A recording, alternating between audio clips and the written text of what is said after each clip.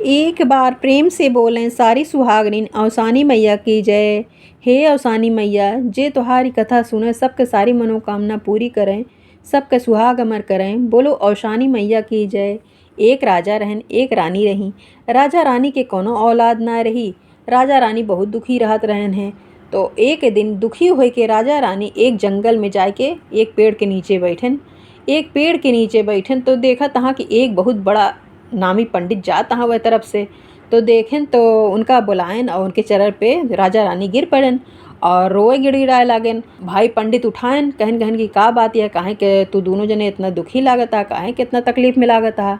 तो कहन कहन की का बताई पंडित जी, हमारे पास मतलब हर खुशी है, हर चीज़ के कौनो चीज़ की कमी दिक्कत ना है न परेशानी, लेकिन हमरे औलाद के खुशी ना है न, हमरे कौनो औलाद ना है न। थोड़ा हमार हाथ है देख के विचार के बतावें तो कि कम से कम हमारे किस्मत में औलाद है कि ना आया है। तो भाई पंडित जी जौन रहन हैं, भाई जानकार पंडित रहबे करन बैठन। तो देखें दोनों जने के राजा के रानी के हाथ दोनों जने देखें देखें तो कहन तोहरे औलाद तो है किस्मत में, लेकिन औलाद है लेकिन वो 12 वर्ष तक जीवित रहे, उसके बाद न रहे।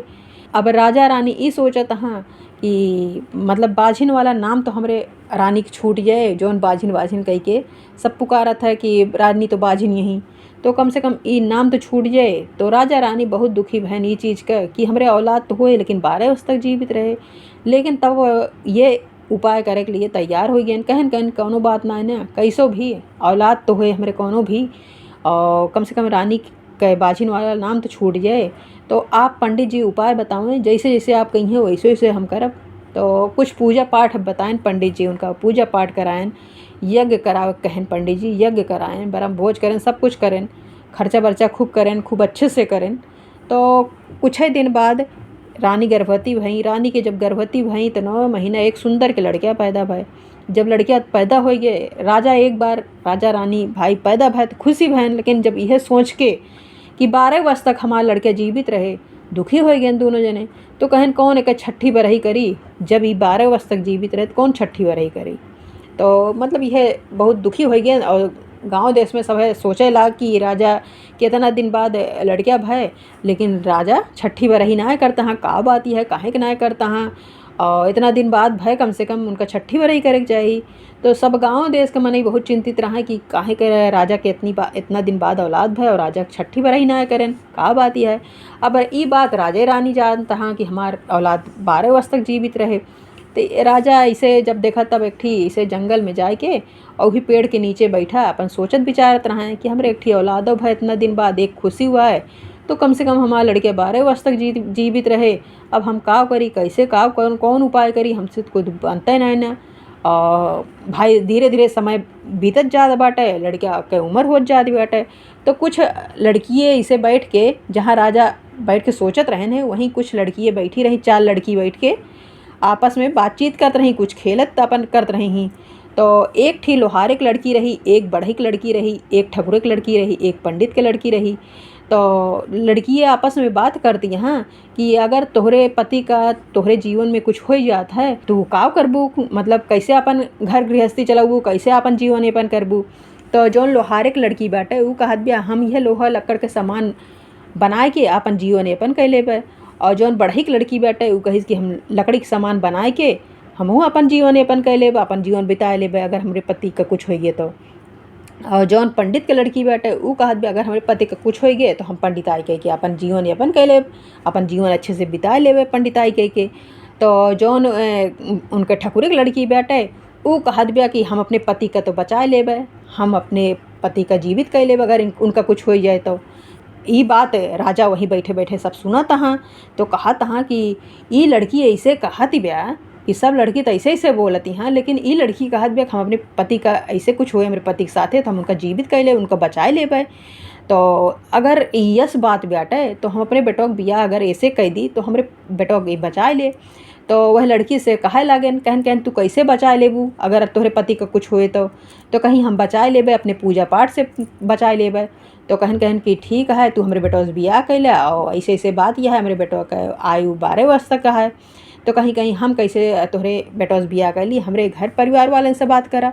तो कहन ठीक है राजा भाई वह लड़की ले गए और घर परिवार वाले से बात करें, बताएं सारी कहानी। अब घरों परिवार वाले सोचन कि चला कम से कम राजा के घरे हमारा लड़की तो जाए, कैसे भी हो ठीक है ठाक रहे, घर परिवार है ये बा सब अच्छा ही रहे।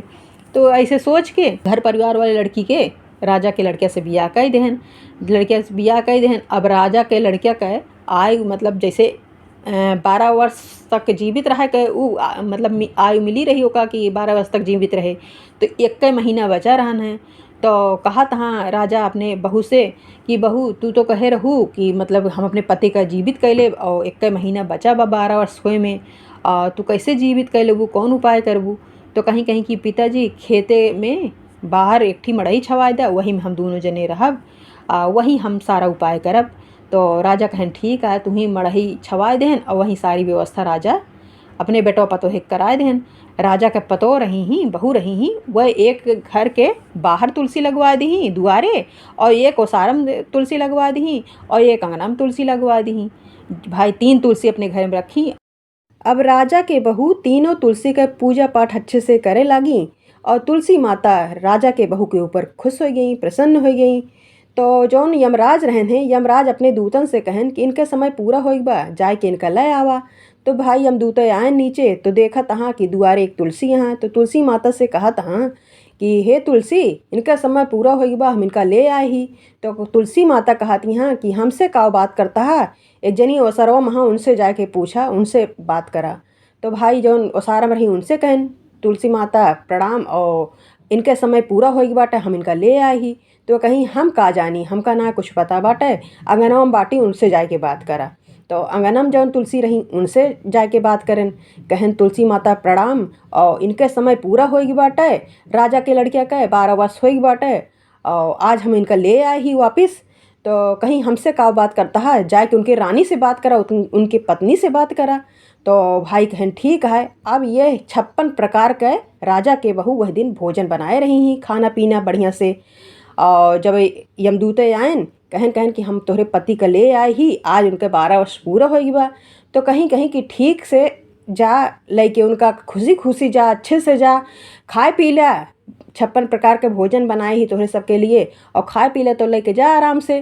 तो कहन ठीक है, भूखा पियासत रहबे करें सब जने। कहन ठीक है, खूब अच्छे से खाए पिए लागेन। अब भाई रात हो गई, खात खात इनका सबका खूब समय लाग गए, खाद पियत 56 प्रकार के भोजन बनाए रही ही, खाद पियत खूब खुश हो के मन से खाए लागेन कि उ बात ये भुलाए गए कि हमका लेके जाएगा बा।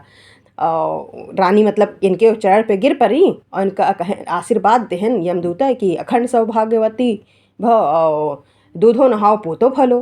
तो भाई रानी खुश हो गई, तुरंत का करी राजा के बहू तुरंत ओका जौन आशीर्वाद यमदूते देहन ओका अपने आचरे में गठियाल ही, अपने आचरे में गठियाल ही।